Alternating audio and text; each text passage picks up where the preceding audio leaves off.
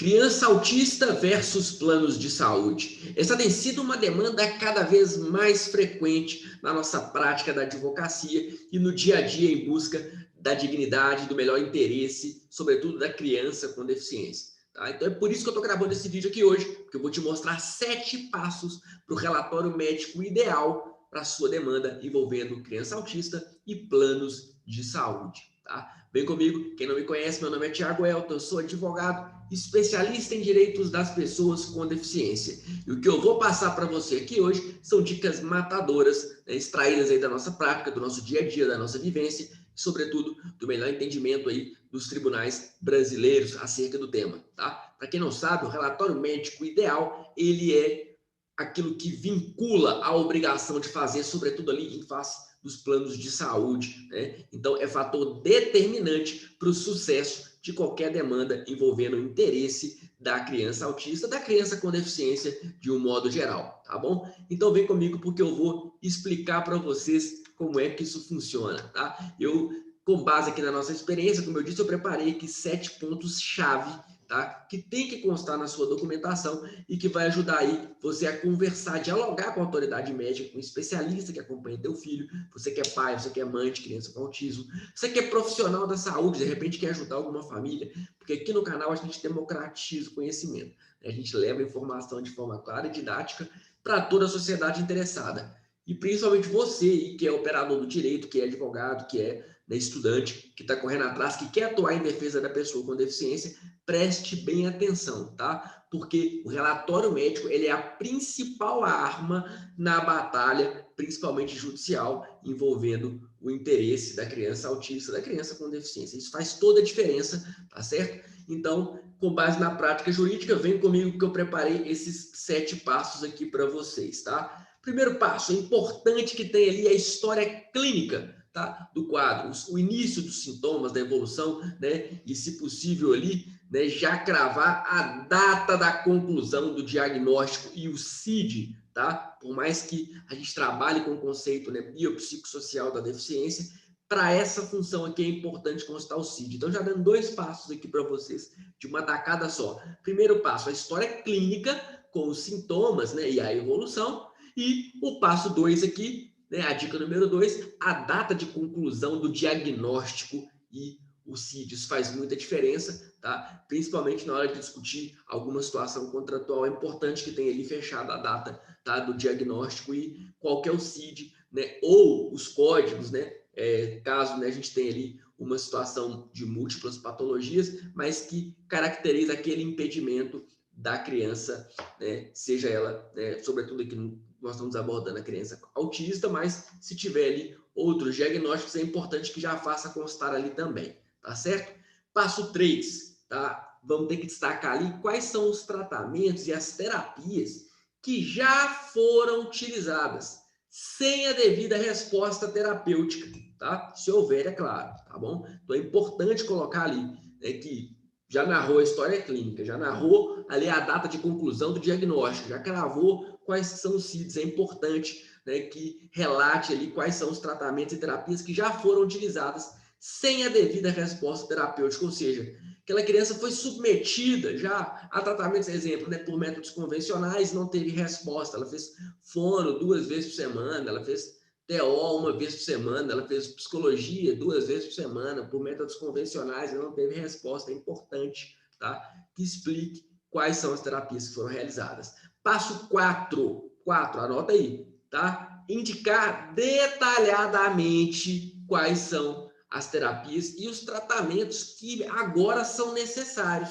tá? E aí eu vou abrir aqui um leque de características, tá, de aspectos que é importante o médico colocar dentro desse passo 4, tá bom? Porque não adianta simplesmente indicar terapia, tem que fazer fonoteopsicologia, psicopedagogia, o escambau A4, mas não detalhar isso daqui, ó.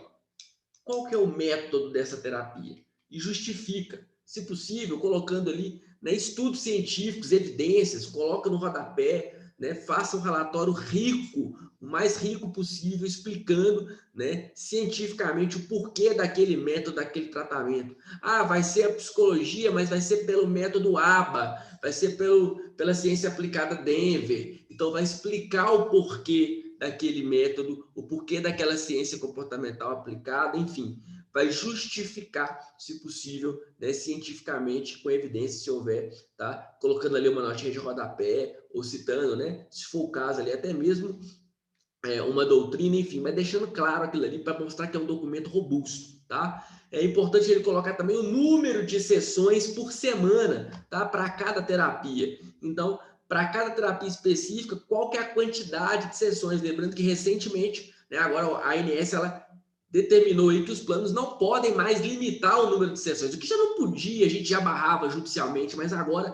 nem na via administrativa mais os planos de saúde, as operadoras podem limitar o número de sessões, mas é importante que o médico deixe claro o número de sessões de cada terapia que ele está prescrevendo ali naquele relatório, tá? E não apenas o número de sessões, mas também o tempo de duração de cada sessão, tá? A psicologia é 5 vezes por semana, e cada sessão de 40 minutos, de 50 minutos, de 30 minutos. Ele tem que colocar isso tudo, porque isso vai fazer diferença na hora de brigar, na hora de correr atrás dessa obrigação em face da operadora do plano de saúde, principalmente se isso for negado e tiver que parar na justiça, tá bom? Então, coloca lá o método, né, o número de sessões, o tempo de duração de cada sessão, e é importante também, se possível, colocar a qualificação ou a especialidade que cada profissional tem que ter para poder, né, fornecer aquela terapia, para poder exercer aquilo ali com aquele paciente, com aquela criança, tá? Então, coloca ali a qualificação, a especialidade que se recomenda para o profissional, tá bom? E outras especificações, é claro, que o médico considerar necessário, porque eu sou advogado, não sou médico, mas a gente está dando a dica aqui para vocês, com base na nossa experiência, na expertise que a gente tem no dia a dia em defesa da pessoa com deficiência, tá? Então, o passo 4 ele foi um pouco maior aqui, mas mais rico, nada mais é do que indicar detalhadamente, tá, as terapias e os tratamentos, especificando aí esses pontos, tá joia? Lembrando ainda que agora o passo 5º, né? Vamos lá, passo 5 para vocês aqui. Destacar a urgência, quais os benefícios, tá bom? Que essas terapias, esses tratamentos podem trazer para a criança, bem como quais os prejuízos e os riscos, né? Os retrocessos pela não realização daquelas terapias e daqueles tratamentos que ele está prescrevendo, tá? Então, é o elemento da urgência aqui, o ponto 5, tá? E a urgência, ela tem esses dois viés, tá? Mostra tanto os benefícios que vai ter, às vezes é só naquele momento, às vezes é só naquela idade que aquela criança vai ter aquela resposta, tá? Neuropsicomotora, é só naquele momento, né, que, de repente, a neuroplasticidade vai responder e não vai funcionar se for aquele tratamento, tentar entrar com ele daqui 2, 3, 4 anos. Então, tem que ser agora. Destaca aquilo no relatório médico, tá bom? Destaca também quais os prejuízos, quais os retrocessos que essa criança vai ter se não fizer, se não tiver aquela intervenção agora. Esse menino vai parar de falar, essa criança vai ter retrocesso de comportamento, ela vai ter crises sucessivas, vai atrapalhar a educação dela, vai atrapalhar a vida comunitária, social, enfim, destaca a urgência, tá? Isso é extremamente importante, é o passo 5, tá? Passo 6, gente, informar sobre a impossibilidade de interrupção do tratamento e justificar. Isso aqui por quê? Esse passo 6, por que eu coloco ele? Porque às vezes aquela família já está pagando e não tem mais condição, tá? Então já está fazendo um tratamento particular ou e de repente está tentando aí judicialmente ou até mesmo administrativamente para poder manter aquele tratamento. Então é importante deixar claro que não pode ser interrompido. Isso também é importante porque às vezes você conseguiu uma liminar e o relatório já vai estar claro que não pode interromper, porque começou a tratar, tem que dar continuidade, senão aquela criança vai sofrer, tá? Então é importante destacar isso aí no ponto 6, tá joia? E no ponto 7, tá? Vamos deixar claro para vocês o seguinte, ó, caso essas terapias indicadas, né, as especializadas, exemplo, né, terapia comportamental pelo método ABA, pelo método Denver, entre outras, tá bom? Então é importante justificar explicando a diferença dos tratamentos, né? que a superioridade, na verdade, do tratamento especializado para o convencional, por mais óbvio que seja, mas é importante isso estar documentado, isso ajuda muito o entendimento, tá? Sobretudo lá do Poder Judiciário, na hora do juiz entender, porque o juiz às vezes não sabe nada de autismo, ele está batendo o olho ali e tá aprendendo com a própria documentação e com a explicação que o advogado especialista colocou no processo. Tá? Isso facilita o entendimento do Ministério Público, né, que na maioria das vezes tem a participação obrigatória, principalmente naquelas comarcas, a exemplo aqui de Belo Horizonte, aonde as demandas envolvendo a saúde da criança com deficiência acabam sendo direcionadas para a vara da infância e juventude. Então, o Ministério Público ele vai ter uma participação, muitas vezes, obrigatória, e é importante que ele tenha acesso a essa informação. Por que você está pedindo aquele tratamento daquele método? Por que não é o convencional que o plano queria te oferecer? Né? Aquele balaio de gato que queria jogar todo mundo lá dentro. Não. É especializado por isso, porque é superior. Por causa disso, disso e disso. Então, detalha, tá? Deixa claro que já foram tentados, né, outros tratamentos que se mostraram insuficientes para o máximo desenvolvimento dessa criança. Tá, joia? Registrando sempre, gente, que essas terapias, no caso, principalmente da criança com autismo, tem que ser contínua e por tempo indeterminado, tá? Então, é isso, galera. Vamos lá. Revisão geral aqui dos 7 passos, tá bom? Então, detalhar isso para a clínica com o início dos sintomas, né? E qual foi a evolução daquilo ali na vida daquela criança.